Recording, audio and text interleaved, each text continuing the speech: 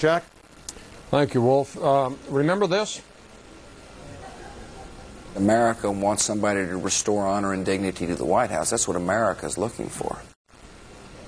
That's an interesting clip in light of today's conviction of Vice President Cheney's former top advisor, Louis Scooter Libby.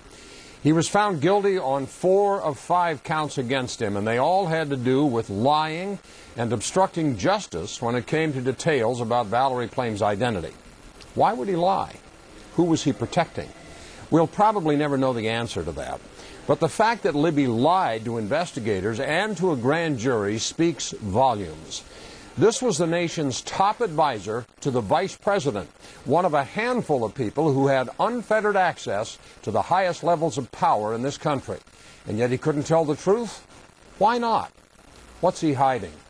The most interesting part of this story will be whether or not President Bush pardons Libby on his way out the door, a year and a half or so down the road.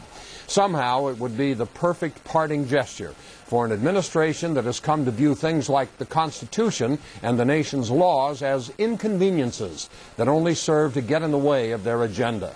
So here's the question. How will the conviction of Scooter Libby impact the Bush White House?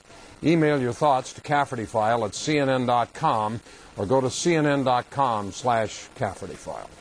Wolf. Speaking of that pardon, it's interesting that Scooter Libby, while he was in private practice, represented Mark Rich and helped Mark Rich get a pardon from then-President Bill Clinton. You remember that.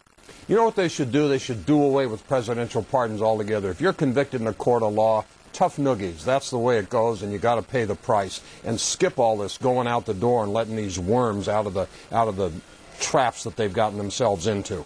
Do away with that stuff. All right, Jack. Thank you. Make a note of that, will you? Let me write that down. Do away with pardons. Okay, thank you. That's it. Yeah. Appreciate it. Up